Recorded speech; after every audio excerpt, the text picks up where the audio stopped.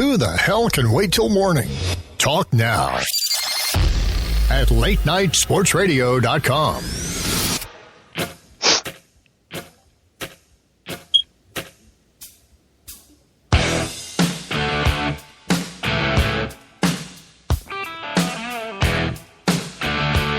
To the box seats here on latenightsportsradio.com. Thank you for joining us. We're here with Alex B. Smith and Bob Sullivan. Alex, how you doing tonight? You know, I'm doing good right now. I'm doing better than I was about 30 or 45 minutes ago, I think, when I was texting you about what we're going to lead off the show with tonight. Overall, I'm doing good. It was a great weekend in football. I do want to start off with that. This past weekend, excellent football action. So that was great. Yeah, you are a big hockey fan, and you seemed a little, an out of the blue text message about what you wanted to start off with tonight. And it was the World Cup of Hockey. What is pissing you off so much about the World? Or is there something that's not pissing you off about the World Cup? No, it's definitely pissing me off. So today, the Westgate Las Vegas, the Superbook, one of the best books in the United States, if not the world, they released their NHL season point totals and their division odds for the regular season. NHL regular season is literally 30 days away from, actually 29 days away from getting started. But there's this tournament that's going on right now that anybody who's been watching ESPN has seen a lot of advertising for, and the games have been on randomly. The U.S. just played tonight against Finland. This whole tournament just annoys me in great detail. I've never been a fan of having professional athletes in a lot of international competitions that could jeopardize positions within, their, domestic leagues. The Olympics and the NBA. We saw how many guys in the NBA, sat out this previous Olympics because of, they're wrapping up their long seasons. They were in the playoffs. Guys winning. LeBron just, brought a title home to Cleveland. He's not gonna, risk the, injury defending his title for Cleveland playing in the Olympics. And the Olympics, I understand that a bit more than anything else because that's national pride. That's something that is world renowned and the world over. The World Cup of Hockey is basically kind of more or less just a random tournament that pops up every now and then, and the NHL has kind of gone back and forth with it throughout its collective bargaining agreement. The most famous World Cup of Hockey happened in 1996 when the U.S. ended up winning it all. They beat Canada in the best-of-3 series, and there was a ton of pro players, and the game was just different 20 years ago than it is now. But what bugs me tonight is that I hear that Tyler Seguin, one of the stars for the Dallas Stars, a Canadian national player, one of the top talents in the league, ends up getting hurt. He's going to miss the rest of this tournament, but he could also end up missing some regular season time with Dallas with a knee injury. Mm-hmm. There's been a lot of just injuries that have happened with guys, and we're not talking about just fringe players. These are all star quality star athletes that are playing in this tournament. And why on earth would the NHLPA, why they would ever allow this to happen, to even have a tournament with all of your top talent, basically literally the top 100 players in your league to play in an international competition less than a month away from the start of your season. We know that the NHL is not the most popular sport in the U.S. That's a given, and that's not going to change anytime soon.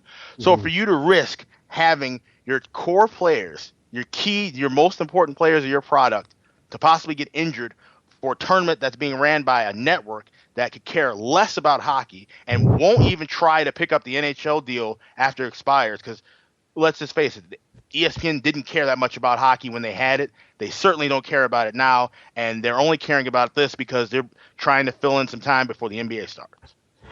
Yeah,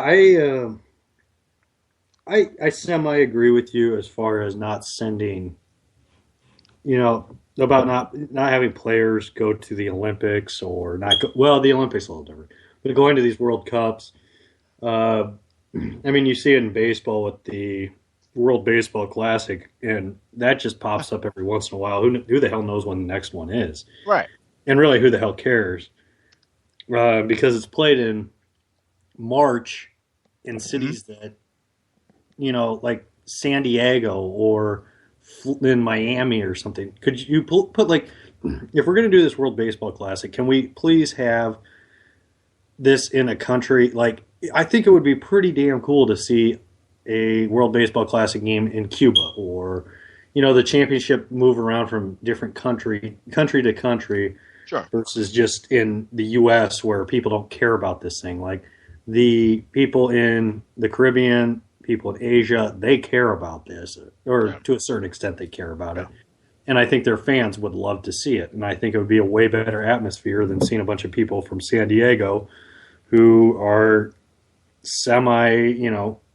interested in baseball or are just there because they are. And it's not cool. I'm getting off of your top. No. You actually bring up a good point. I like how you let that in, because the World Baseball Classic is a perfect example. It's the exact same thing.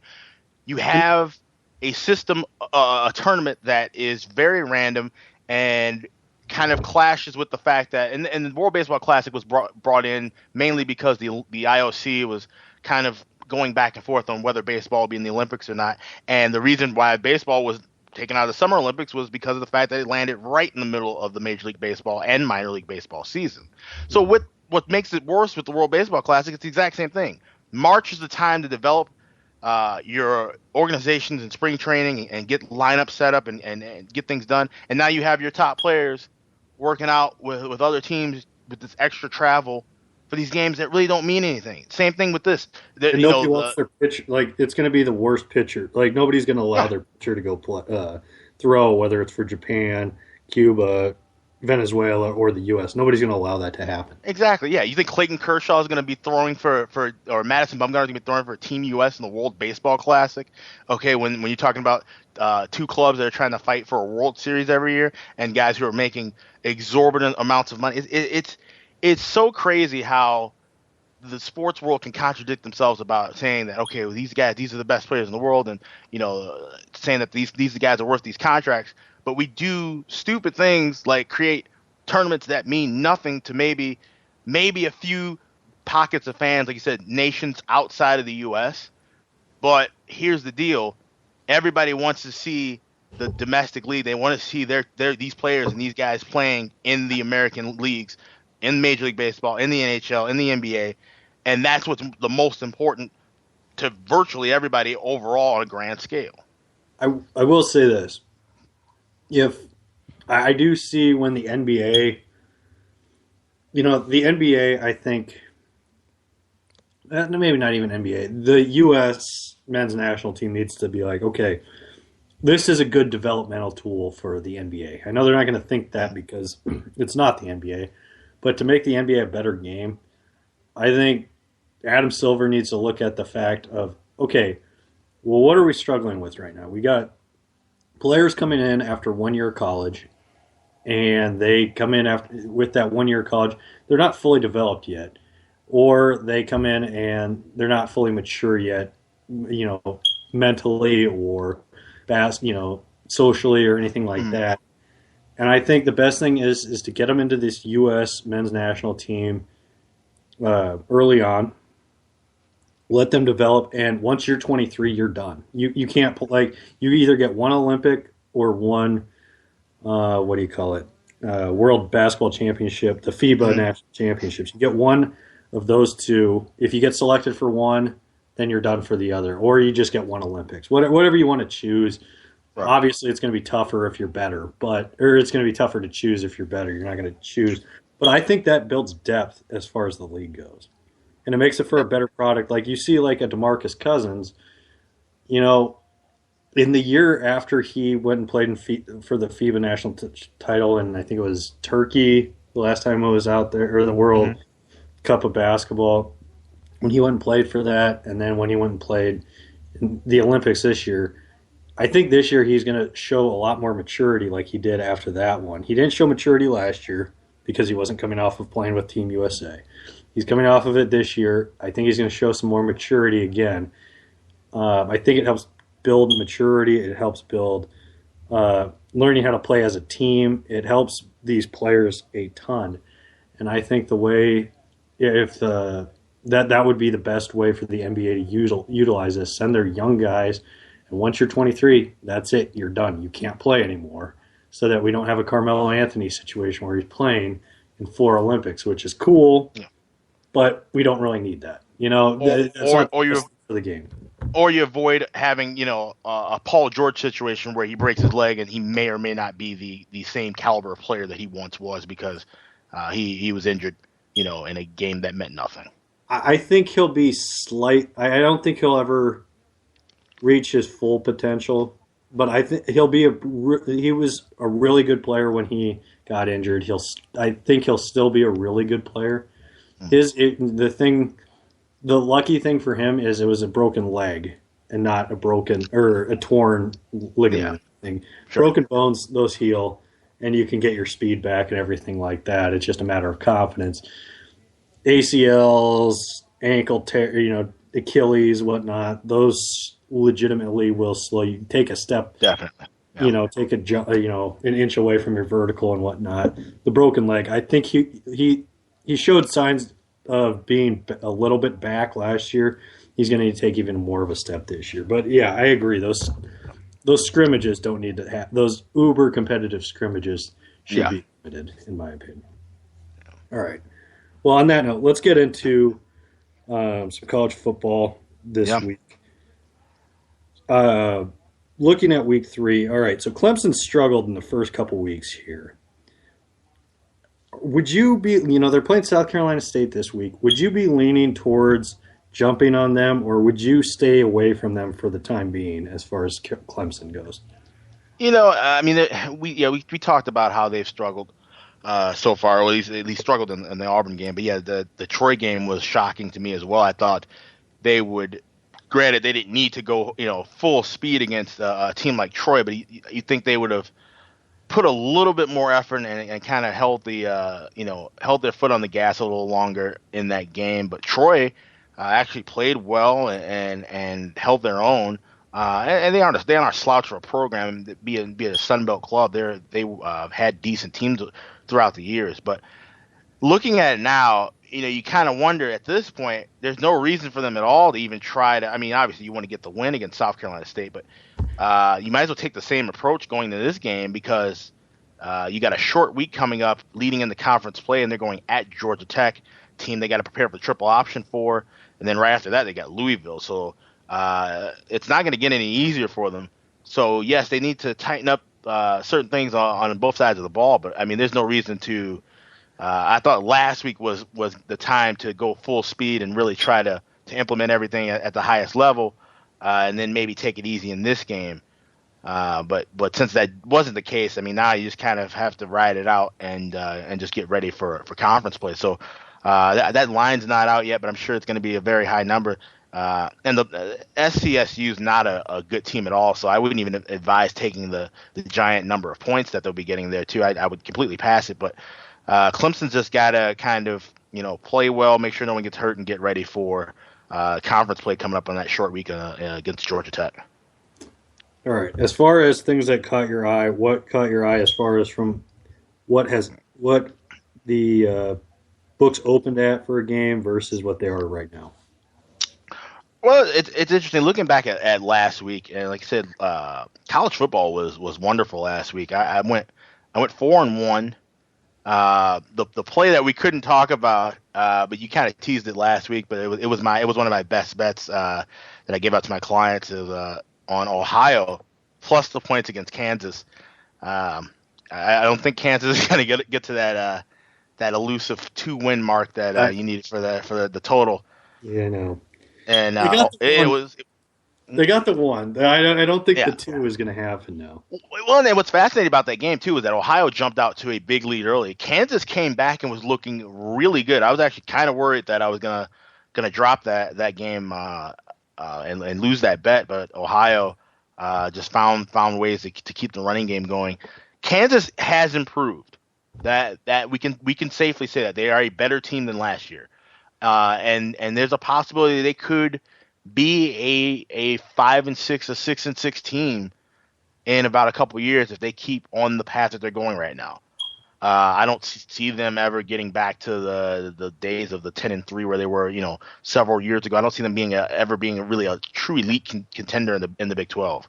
But they are definitely not the worst team in the FBS right now. They're still bad, but they're not nearly as bad as they were last year. So I've seen improvements from Kansas in that ball game, but I had Ohio plus the points and money line, cash both of those. It was a big win. I watched the Arizona State Texas Tech game, which was just insane. And that was a game I gave out here as well. Over 79.5. I think it went up to about 81. About 130 points scored in this game. This game went over the total pretty much right at halftime, or I think the first score in the third quarter. And those are two teams that I'm looking at this week as well. These teams, it's not that they're good teams, and both of these teams are probably going to struggle within conference play because of how bad their defense is. Yeah. There are definitely better defenses in the Pac-12 and Big 12, but they're fun teams to watch. And in these types of games, these non-conference kind of games, and they both have matchups this week that are very favorable and also against weak defenses. So you can kind of look at some circled spots, like that game, and move forward with that kind of information. And that's what's important about getting into the later months of September and then going into conference play is learning from games and learning more about the information you had at the beginning of the year and adding things onto it. So those are the two things the biggest games that I took away from last week. Looking at this week so far on the board, a lot of marquee matchups this week, almost like in week one. Obviously, we got some big games with Oregon, Nebraska. We've got the Oklahoma Ohio State clash. Even the Michigan State Notre Dame is going to be a big one. There's some big games this week, and that's always fun to watch. Not always my favorite games to bet personally, but like I said, games that even if you don't find an edge or feel comfortable with a side or an edge in this, worth watching and observing and taking information away to use later on down the road. Yeah, there's always and every year we have a nostalgia game. I think of the last couple of years, you had Miami versus Notre Dame. Granted, now Notre Dame's playing an ACC schedule, but Notre Dame versus Florida State occasionally. This year, and then in a couple of years, we're going to get Nebraska, Oklahoma. Right. This year, we're going to get Michigan, Colorado from the Miracle in Ann Arbor with when Cordell Stewart Hail Mary at the end of the game to win that. Do these nostalgia games, how do you treat these lines as far as, granted, it was 22 years ago or whatever when it happened, but do you think we're going to get some Colorado fans, I don't know if they exist, I've never met a Colorado fan, but that are, over betting, I know it's a 20-point line, but 20.5-point line, but do you see that coming down at all with nostalgia, or is there anything to that, what I'm talking about? Yeah, no, I get what you're saying, and I don't really think, even amongst the squarest of recreational bettors, I don't think anyone in a solid frame, solid state of mind will think that what happened on that day 22 years ago will affect anything that's going to happen now in this ball game. But I get what you're saying for maybe more so with certain rivalry matches. Like I said, like a Colorado, Nebraska, which is something that we saw for years. Maybe that would have a shed a bit more influence. But even then, that still wouldn't be. I mean, and we see trends. It's funny because I actually referenced a trend last week that went all the way back to 1980, but that was it had a specific circumstance. But we see trends go back years and years. But when the window for any trend is really, especially college football, is 4 to 5 years, because that's the turnover for the players really between 3 to 5 years. So I don't think we're going to see any of that influence the lines. And even with tighter matchups like Ohio State and Oklahoma. I feel like that line is true to form, and I think there's money influence on that too. But we're going to see that line bounce back and forth. I mean, I'm seeing from as low as Ohio State 1-point favorite all the way up to a 3-point favorite, and I'm sure we'll see some Oklahoma money come back on that before that kickoff on Saturday night. So no, there's no real influence to that. unless you start seeing where you have teams meet up again. Michigan State, Notre Dame, for example. Now that's a closer one because those two teams played so many times, had so many meetings recently, and they don't meet up as often. Like you said, with Notre Dame picking up the ACC, hybrid schedule. That would be the closest of a spot because Notre Dame not being a conference team where they can kind of pick up rivalries and have them go on for 2, 3, 4 years, and the trends would be a little bit more reflective to a recent time than other matchups. Now, a couple of things before we go to break here, quick. All right, Hawaii again going on the road. Again, this schedule just keeps getting worse. This is like they just started throwing darts at a globe, started spinning the globe, and started throwing darts at where they wanted to go play next to start the season. Week 3, all right, not to mention Cal in Australia. Then you go to Ann Arbor to get the block destroyed. And then you're now going to Arizona. I mean, this is pinball wizard at its best, for a schedule. Hawaii, a 24.5-point underdog at Arizona. Is this worth touching? I mean, I feel like this is worth betting Arizona because I feel like Hawaii is going to be still dead tired. Arizona has a freaky offense. Rich Rod's not going to pump the brakes at all. And I have a feeling that Hawaii is going to get the block destroyed again in this game. Well, here's the thing with that. It's unfortunate that Hawaii has to travel around the way that they do, but their program has gone through some issues financially, and they've pretty much picked up these games that we've seen just to collect the paychecks, and they're going to be doing this for quite some time.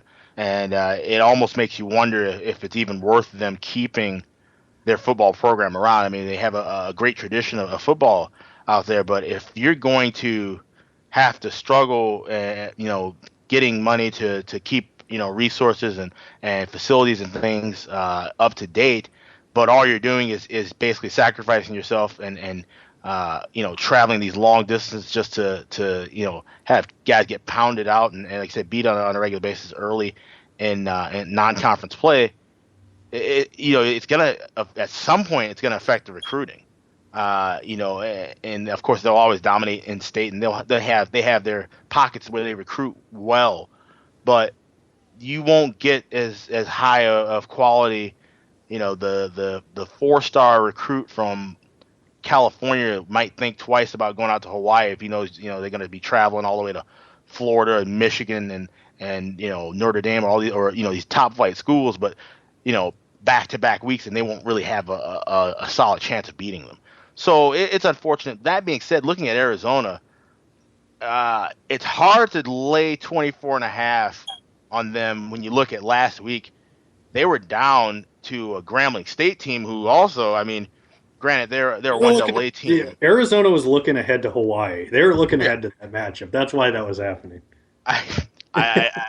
Sure. There's got to be some explanation for that because it was shocking to see Grambling. They're not a good program. I mean, they even within their division in the FCS, they just haven't been as strong as of late, and they were controlling that game handily in the first half. Arizona finally, got their heads in gear and took over, won that game 31-21. So looking at that, you would think Arizona would be like, all right, we got to play all 60 minutes right out of the gate, and they might take it to Hawaii. And I believe that's what's going to happen. But I'm not confident enough to lay any money with Arizona laying, nearly 4 touchdowns. Even though Hawaii, like I said, they're still probably going to be extremely jet lagged from just the roundabout travel that they've had so far this season. All right. Before we go to break and then get into the NFL to start next after break, is there anything that you would advise staying away from right now this week? It's interesting. There's not a whole lot of trap spots that I see. Like I said, I'm really not big on some of these top tier matchups. There'll be fun games to watch, like I said, the Ohio State Oklahomas and the Michigan State Notre Dames. These are games that I tend to not bet a lot unless I find some real true edges. But I think these numbers are still really tight enough to where, as of now, unless I see any kind of information trickle in and change, it is Tuesday. Maybe later in the week I'll see something that'll change my opinion on it. But so far, a lot of these top tier matchups, the only one that I like and I have a play on is Florida State Louisville, which I think is going to be an excellent game. And it's unfortunate that game's going to still be at 11 a.m. I wish that was going to be flexed into a night game. But this is like the week where you want to wait for some lines to move, and this isn't a bad week to possibly maybe tail some of the steam moves a little bit, where last week I was actually going against some of the steam moves and it paid off well. So this week you might want to kind of follow where some of the sharper guys are going. All right. Well, on that note, when we come back here on the box seats, we'll be talking some NFL week 2 lines, and then getting in our best bets here for week 2 and 3s here on the box seats on LateNightSportsRadio.com.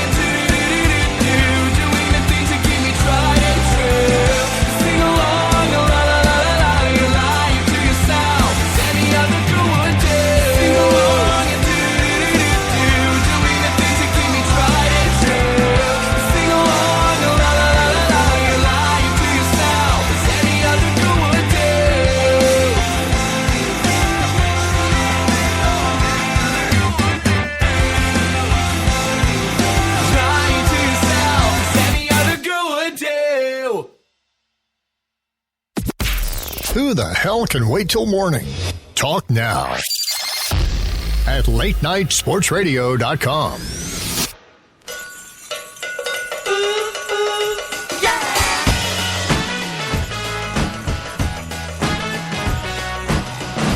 Back to the Hot Seats here on LateNightSportsRadio.com with Alex B. Smith and Bob Sullivan. We're back here. We're going to talk some NFL Week 2 lines. Kind of high lines this week, not a lot of kind of bigger lines as far as, a lot of 6-point spreads, even a 13. Alex, what was your first takeaway from the lines that you saw this week? It's interesting that we're seeing such high lines now in week 2 after week 1, seeing so many games go down to the wire and so many games that kind of fell within 1 to 2 points. So it's interesting now that the matchups have shuffled around enough to where we're seeing, 3s and 4s and even some crazier lines, like I said, that San Francisco, Carolina taking money early and often going all the way up a lot of 13.5s, but even some 14s now. And I think, we always talk about you can't overreact or underreact from week 1. And I'm thinking that a good chunk of these lines are overreactions. And that one in particular, but that's the biggest thing that caught my eye was that teams were so close to each other and the games were so tightly contested. And I feel like there's value in some of these dogs. If you're a strict numbers player, there's plenty of value on the board as far as just looking at what happened last week and catching with the numbers. But obviously you got to add in angles and trends and situations too. So it's some interesting matchups, and I've been kind of watching things close. Haven't fired away on anything yet in the NFL, but there's some spots that I do like this week. Something that is interesting to me. Okay, you get all right. So Carolina and Seattle, both contenders / in the favorites category to come out of the NFC. I don't know. Seattle might be borderline favorite, but I'd say they got a legitimate shot at coming out of the NFC. Seattle comes out, beats Miami by 2 points. Carolina loses to Denver, who doesn't have a quarterback, and they're playing a team that still doesn't have a quarterback this week in San Francisco. Granted, Carolina's at home, Seattle's on the road at Los Angeles, and San Francisco just won 28-0 at home versus the Rams. Yeah. I don't understand the line here with Seattle only 6.5. Is it the Russell Wilson ankle injury? And San Francisco, a 28-0 win in the NFL is I know it's for as bad as San Francisco may seem, they just won 28-0 against a team that we thought, Gurley is going to have a heyday. San Francisco's defense looked pretty good on Monday night. These lines on these two games to me seem a little mixed up here. Like I feel like Seattle should be a little higher. I feel like Carolina should be like at an 8 or 9. Well, but here's the thing with the Seattle line. A lot of shops have that game off the board because of waiting around to see what the status of Russell Wilson would be. 6.5 probably is the true indicated line that we'll see. I think that's where it would open back if he is healthy. I know there's one offshore shop, a low limit shop that has a 3.5 favorite point for Seattle. So still got to wait and see. I think by Thursday we'll see. We'll have enough information to see where that line opens up. The true opener everywhere. As far as the San Francisco Carolina game, we talked about this during the break. There's a lot of reasons why this line I think is a bit overinflated. You look at Carolina, as you said, having that tough loss. Granted, they had extra time because of the opening on the Thursday night, but that was a tough loss for them in altitude against a team that they just lost the Super Bowl to in a game where they made a bunch of mistakes and should have won. There's a number of mistakes that they made, that even if you want to, you bring in the factor of whether Cam Newton, was getting his head kicked in to the point where they should have called everything or not. The fact that they blew a chance to get a touchdown driving down the field at the end of the first half, in my opinion, is what killed them, and that's why they did not. It's part of the reason why they didn't win this game last week, even without the Graham Gano miss in the final seconds. But that being said, San Francisco beats LA 28-0. A big win. LA pretty much just laid an egg for 60 minutes. San Francisco looked great running the ball. The defense looks sharper than it has been in a couple of years, but they got to go cross country, early start, shorter week against a team that's rested. However, we've seen teams that come off that Thursday night opener. They've struggled against the spread at times, and that extra rest, not so much of a big deal now early in the year, almost could be a hindrance, where later in the year you want to get those extra days in because guys are banged up. But there's no serious issues so far, and obviously with Cam Newton, it gives them enough time to be cleared if there was any issue or worry there. I think 13.5, 14. I think that's still too high. And I might look to. I probably won't play this game by itself. I might actually look to tie that game in with another team this week for a teaser. Obviously, I'm reacting to those those three particular games. Is there anything else that you feel like these lines are overreacting or underreacting to? I'm really stunned with the Monday night line with the Bears. Opening Bears -1. That's a fair opener, fair line, giving the home field value. What an awful Monday night game, by the way. This is atrocious. Well, it's atrocious now because we see how bad the Bears are, and we see, Philadelphia's gonna, could have some question marks. Yes, they looked good last Sunday, but they played Cleveland, who's going to be the worst team in the league. So these are two bad teams that are only going to get worse down the road, and we've seen money come in on the Bears, and I don't understand that at all. This is the same old Bears unit. This is the same old Jay Cutler can't find anybody open, and when he does, they can't catch the passes, or the offensive line's not giving anybody enough time. They didn't run the ball well. Granted, they played a great defense in Houston. Houston didn't even look that sharp at times during the game. So I'm really stunned to see money come in so fast and so heavy on Chicago. But I'm not comfortable enough even taking the points with the Eagles in this spot. So that's a line that really kind of caught me off. And of course, you look at the Sunday night game, Green Bay coming up here to Minnesota. This is the unveiling of US Bank Stadium, the first regular season game. And of course, they're the hated rivals coming into town. Obviously, and this is a game I talked about this game about 3 or 4 months ago, and I said I was going to be all over the Vikings, plus the points and money line. And this was before the Bridgewater injury. And just the crowd alone is going to be a big factor. And, but now things are a little bit different. Obviously, Minnesota's still got the great defense, and we saw that in play in week 1. Packers struggled at times against a young defense in Jacksonville. It's not going to be easy for them to go up against this tough Minnesota defense and in that loud and vibrant atmosphere. So, I'm a little iffy on taking. I was hoping to maybe get 3.5, 4 in this game months ago when it was a full Minnesota squad. But now you see only 2.5. Yeah, it'll be a close game, but I'd like to get more points than that.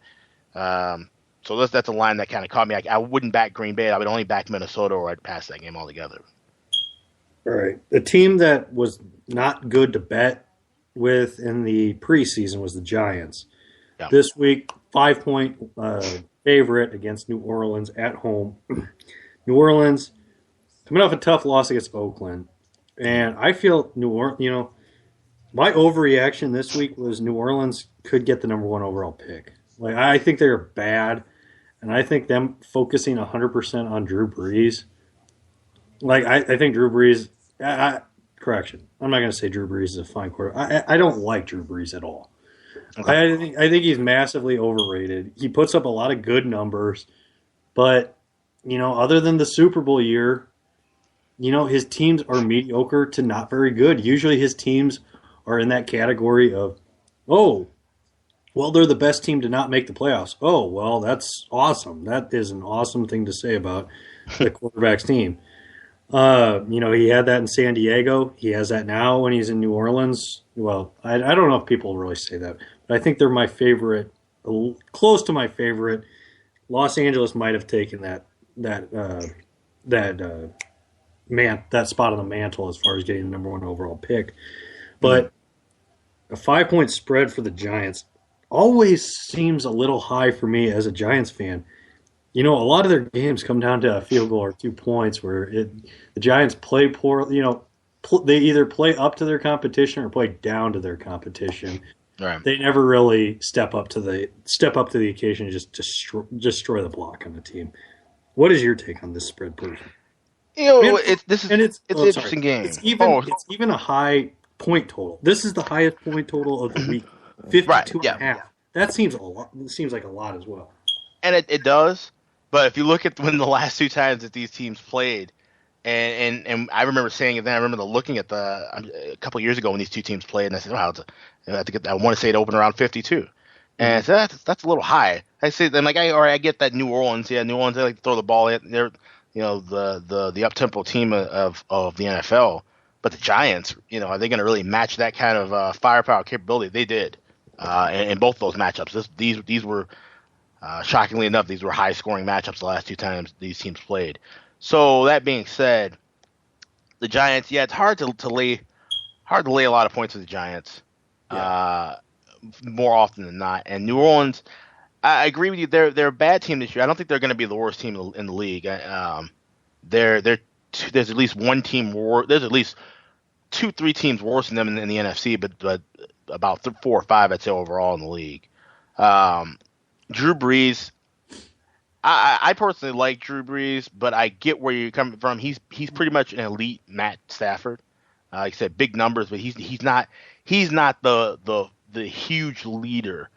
He's not one of the top 5 guys. That you can put in the league and say he's a guy. If you place him anywhere, I believe if you place him with a bunch of other teams, those teams will be better. But he's a product of playing in a dome. Is that no? He's a product of playing in good weather and a dome. That's what I feel like with him. Like Aaron Rodgers, I don't like him, but for him to put up the numbers he does, granted, when he does play in Lambeau against the Giants in the playoffs, it doesn't always go well. Right. But, when he plays in Lambeau in the playoffs, it doesn't always go well. But who does it really go well for in Lambeau? But Rodgers does not play in a good weather environment. Peyton Manning never really played in when he went to Denver, he put up the 50 touchdown season, but when it got to the playoffs and got cold, you look at a Brady, you look at a Rodgers, you look at even a Russell Wilson, you look at, guys that have to play in crappy weather from time to time. Yeah. Peyton Manning played in a dome 8 games out of a season. Mm-hmm. Drew Brees played in San Diego for 8 games out of a season, at least, plus, Oakland and, an occasional Kansas City and Miami, whatever it may be. Yep. And then you go to New Orleans and you play 8 games in a dome. And then 2 more, another one with Atlanta, and and you make a great point with that, and that's something that is definitely something to you have to take away from when looking at. Like I said, that was a stat with Peyton Manning for years. That when the temperature dropped, I think it was below like 45 degrees or 40 degrees.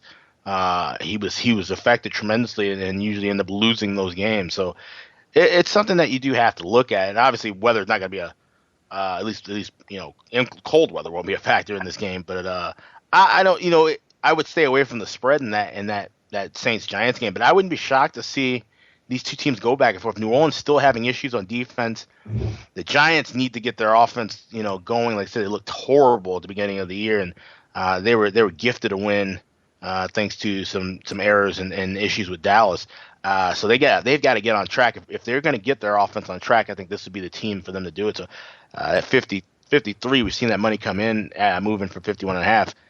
I'd look at possibly going with that side, going over the total. Mm-hmm. All right. Are you ready to get into our best bets for the week? Yeah, I got them. I got mine lined up. Okay, let's get into our best bets for the week. Let's start off with our good bet. And, mine is going to be, a homer / not really a homer pick. It's going to be, Nebraska, getting the, it opened up at -1, Nebraska 1-point favorite now, 3-point. I'm going to say I'm going to say Oregon's going to win this with how win it outright, and with how much Nebraska fans are talking about how they're going to, this is going to be a launching pad for, this new regime with Mike Riley and all that. I don't see this game going well for Nebraska. I mean, it could be a close game, but I'm going to say at least an Oregon 7-point win at the very least. I think, has Oregon looked great this season? No. Nebraska has looked good, but with the uber confidence of Nebraska fans and the way I have seen that go since the Osborne era when they go into a game, I'm leaning towards taking Oregon in this game. The Memorial Stadium crowd is not what it used to be. It really, even before what it used to be, was not that great.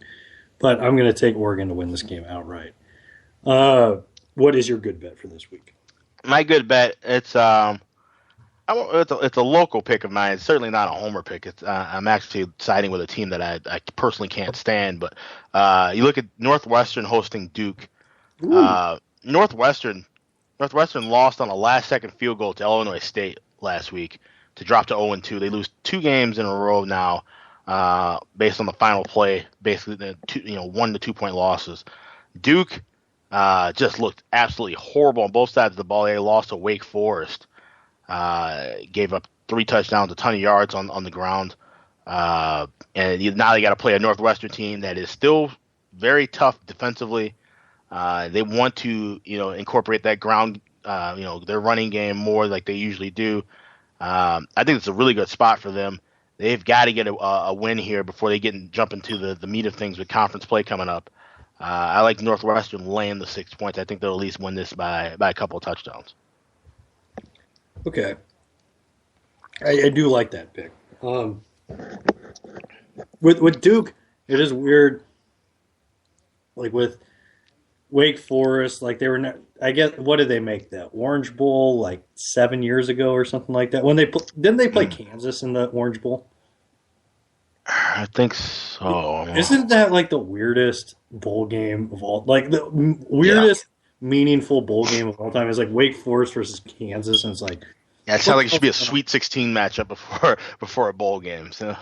Yeah, and it's like Wake Forest had beaten Nebraska in that season with Callahan. It's like, what the hell is going on? Like, It was like somebody drunk just pulled names out of a hat for the bowl games that year, for the big bowl games that year.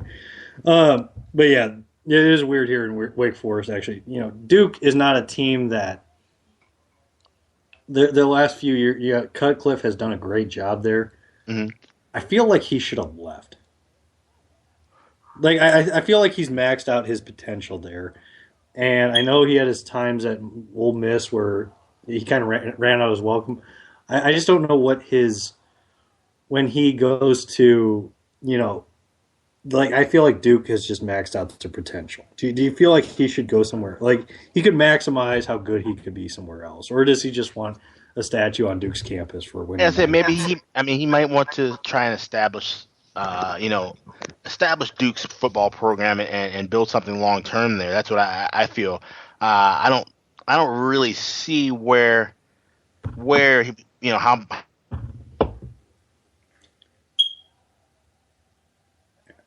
Alex, Keith. I'm not showing any problem with Alex. I don't know if he muted. Oh, now we're trying to get the call back from Alex. Yeah. So. Yeah. Keith. So what's new? Not too much. Alex? Just watching some Tosh.0 and that's about it. Never bet against the Patriots. Never bet against the Patriots? Yeah. They are favorites 6.5 at home versus Miami. I don't. Keith or Alex, are you back? No. No. Okay. Well, with the We're here. Yep. okay. All right. You were saying about Duke. Sorry. Oh no, yeah, just saying that I don't see where within the Power Five he could move up to where it would make. Where he could make any more of an impact or difference. I think for him to stay with Duke and maybe build something to, perhaps turn them into a perennial at least contender within the conference would be more of a legacy builder for him than to keep trying to move up within other programs. Mm. All right, better bet for the week. This is my better bet for the week. We're going to take Denver to cover against Indy. Indy, Denver is 6-point favorite against Indianapolis. Andrew Luck is, I like him as a quarterback, but he is mistake prone, and Denver is opportunistic. And that offensive line is, to put it as politely as possible, dog crap for the Indianapolis Colts. Denver is going to thrive on turnovers here. They're going to sack Andrew Luck a lot. And Indianapolis's defense is Swiss cheese, porous, whatever term you want to use, enough for Trevor Siemian to actually have some success. And he had success against a pretty damn good defense in Carolina towards the end of that game. So I'm going to take Denver to cover this 6-point spread because Indianapolis is just not good at all. What is your better bet for the week? My better bet, looking at this is going to be an interesting matchup. East Carolina heading down to South Carolina. And we've seen money come in on the Pirates already. South Carolina opened up as a 5.5-point favorite. Now it's down to 3. I see some 3.5s around there. East Carolina has just been a great team to back within the spot of just being an underdog. We saw them win outright as a dog, last week at home, upsetting North Carolina State. Philip Nelson, a great quarterback who's a former Minnesota QB, transferred down there. He's been very accurate in the first 2 games of the year. I think he went 28 for 32 in the first game, and then he went 33 for 43 for 297 yards last week. So he's been under the radar, just really quietly getting the job done. South Carolina's still got some things to work on. They've trying to figure out who's going to be their starting QB the rest of the way. Haven't been the best team as a favorite. They've only covered 9 of their last 27 as a favorite. While East Carolina, like I said, relishes being a dog here. I like East Carolina plus the points. I think they win this game. I'll probably play them on the money line as well. My best bet for the week is going to be point total right now is at 50 for Arizona, Tampa Bay. The 405, 305, 205, 105, whatever you want to look at it as. I'm going to take the over in this game. Jameis Winston looked really good in their first game against Atlanta. Arizona, shaky at times against the Patriots, but with the Patriots, it's whatever the line is or whatever the total is, take it with a grain of salt. In this one, I think it yields a lot of big plays from Carson Palmer, a big shootout in this one, the desert. I think this winds up being a 28-25, 31-28 type of game. I think this is going to be a big game. I think there's a lot of points scored. I think it's going to be a fun game to watch. I'm taking the over in this one. What is your best bet for the week, Alice? Well, a fun fact I want to throw in about Arizona, and this is the dated trend that I used last week, but with Arizona losing outright and failing to cover against New England last Sunday night, they're now 6-30 against the spread in home games at night on either Thursday, Sunday, or Monday. Wow. Since 1980. Since 1980. Yes. They've been in 36 primetime games. And that's dating back to when they were in St. Louis, and then when they were just moved in as the Phoenix Cardinals, and in Arizona. They've been in 36 games that were either on a Thursday, Sunday, or Monday night, and they've only covered 6 of those 36 games. They're literally one of the, and we've seen them collapse. I mean, they missed the field goal. They are who we thought they were. Exactly right. We can count the collapses we've seen in recent years from Arizona in primetime games. The playoff game going back last year, against Carolina. They're one of the worst primetime games in NFL history, And I think I'm going to always be betting against them now from here on out. I was lucky to get the outright win last week, but definitely got the cover, get the points with New England. So that's a fun fact I just wanted to share with everybody. But my best bet for the week, it's in the NFL, and I talked about both of these games, and I was saying about how I think it's way too many points that the Niners are getting from Carolina. I'd like to get more points from Minnesota. So what do you do there? Well, you just put it into a 2-team teaser. So probably tease this up about 6.5 points. So I get, San Francisco, if I'm lucky, could get San Francisco possibly plus 19.5, plus 20.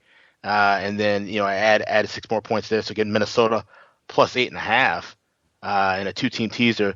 I think both of those should be, well more than enough points to stay within range looking at those two matchups. So I'm teasing the Niners and the Vikings for Sunday. That is a good pick. Well, Alex, on that note, and for the record, my best bet for you guys, and this is from a complete amateur, is to live bet stuff. That's the strategy I go with. These, if we were live during games, I would be better at this, but or better at losing money in this situation. But on that note, Alex, would you want to tell everybody where we can find you on Twitter, the internets, all that good stuff? And we can now hear you in Lincoln, Nebraska, 93. Is it 93.7 in Lincoln with Bach and Brett Kane. Brett Kane, I used to play high school baseball against. Oh, nice. Okay, yeah. But you can find me on Twitter at AXSmithSports. I'll try not to keep harboring on my rant about the World Cup of Hockey on there. I know I went off on a tangent with that for about an hour on Twitter before the show started, but I'll be talking about hockey and football. Hockey is coming. Winter is coming, and my NHL season point totals report, I'm working on it right now. I'll be doing that for the next couple of weeks, and that'll be out soon. You'll be able to get a copy of that from axsmithsports.com and also at sportsmemo.com.